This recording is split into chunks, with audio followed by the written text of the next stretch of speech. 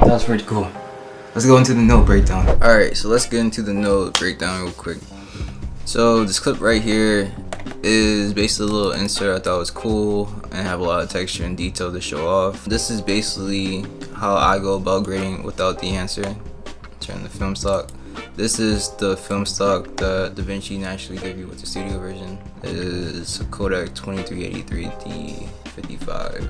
If you do have the studio version of DaVinci, this is where you can go about using it. So you'll just convert your CST out. My end is basically this for my camera. Likewise for your camera. I work in the DaVinci wide gamut and DaVinci Intermediate timeline overall. Secondary, I use texture pop, and then basically curves and adjustments over here. So let me show you my Dehancer version real quick. Alright, so this is basically my node layout for Dehancer. It's not super complex, pretty simple. You can make it as complex or simple as you want it to be. So like I said before, this is how it was converted. I make more adjustments based off how Dehancer worked, so I bounce around and bounce back in between the two. Let me show you about Dehancer now. This is how Dehancer would look. You get to select your film stock. I work in the Kodak Vision for the most part, but I've been trying to play around with other things on the fly. Film Developer, what you will use if you don't have all the information about your camera, you can use this to try to get an image you can work with.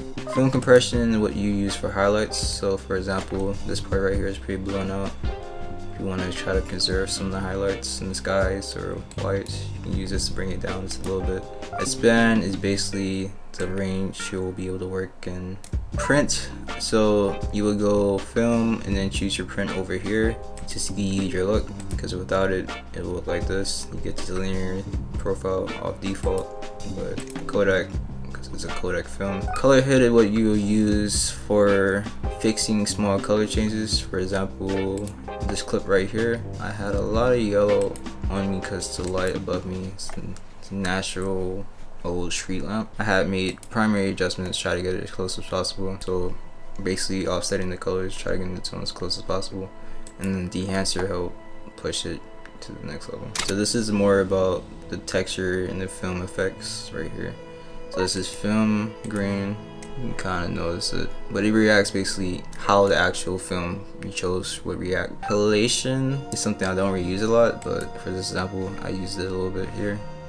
I say using less with these things. Same applies for bloom.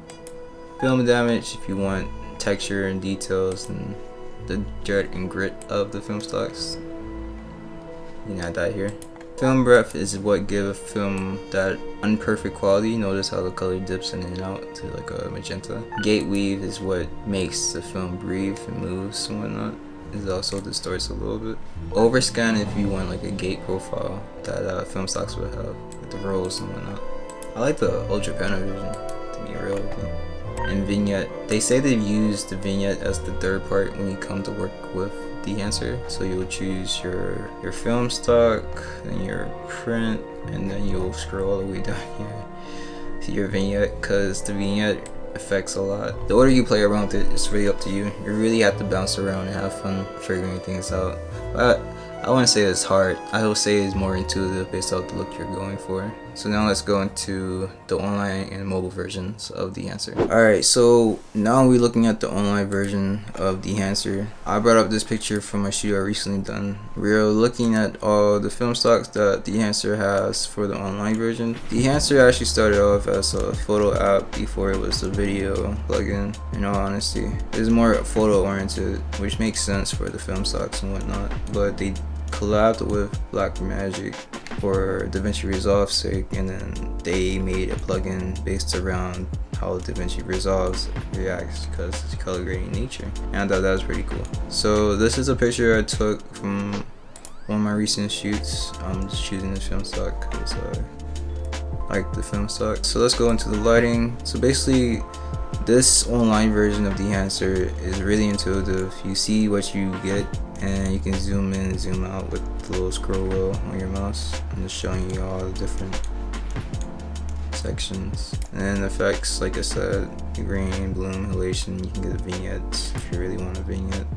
You can also make adjustments from right here. I would say this is more for film aesthetics. I want to say this replaced like Lightroom or Photoshop or anything like that for the more technical aspects of it. But if you really want film characteristics to react based off how the film actually look like, this is something you can use to get something real quick when you're on the fly with a laptop and whatnot.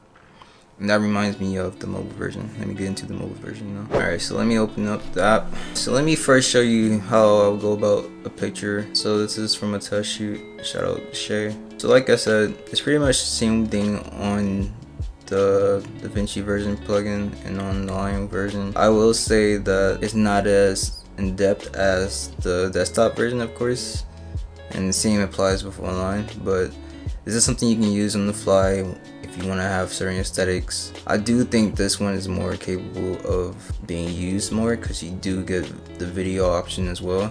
Let me show you that. This is a video from an opportunity I got from iHeartRadio. Shout out to iHeart, and the dude in front of Sierra Suplex. Shout out to him as well. So yeah, this is basically what I was saying. You would select your camera, so that's the cool thing about the mobile version. You get to put in pretty much the same things you would put in for the desktop version when it comes to the film looks. I'm gonna jump forward a little bit. I like the mobile version. I actually use the mobile version a lot, just testing out the app, trying to see what you can and cannot do. It does have the limitations and not super strong as it would be for the desktop version, but basically I will say Dehancer is a plugin for those people who really like the aesthetics of film. I wish y'all the best. It's been cool testing out this product. Shout out Dehancer giving me this opportunity, and y'all be easy. Take care.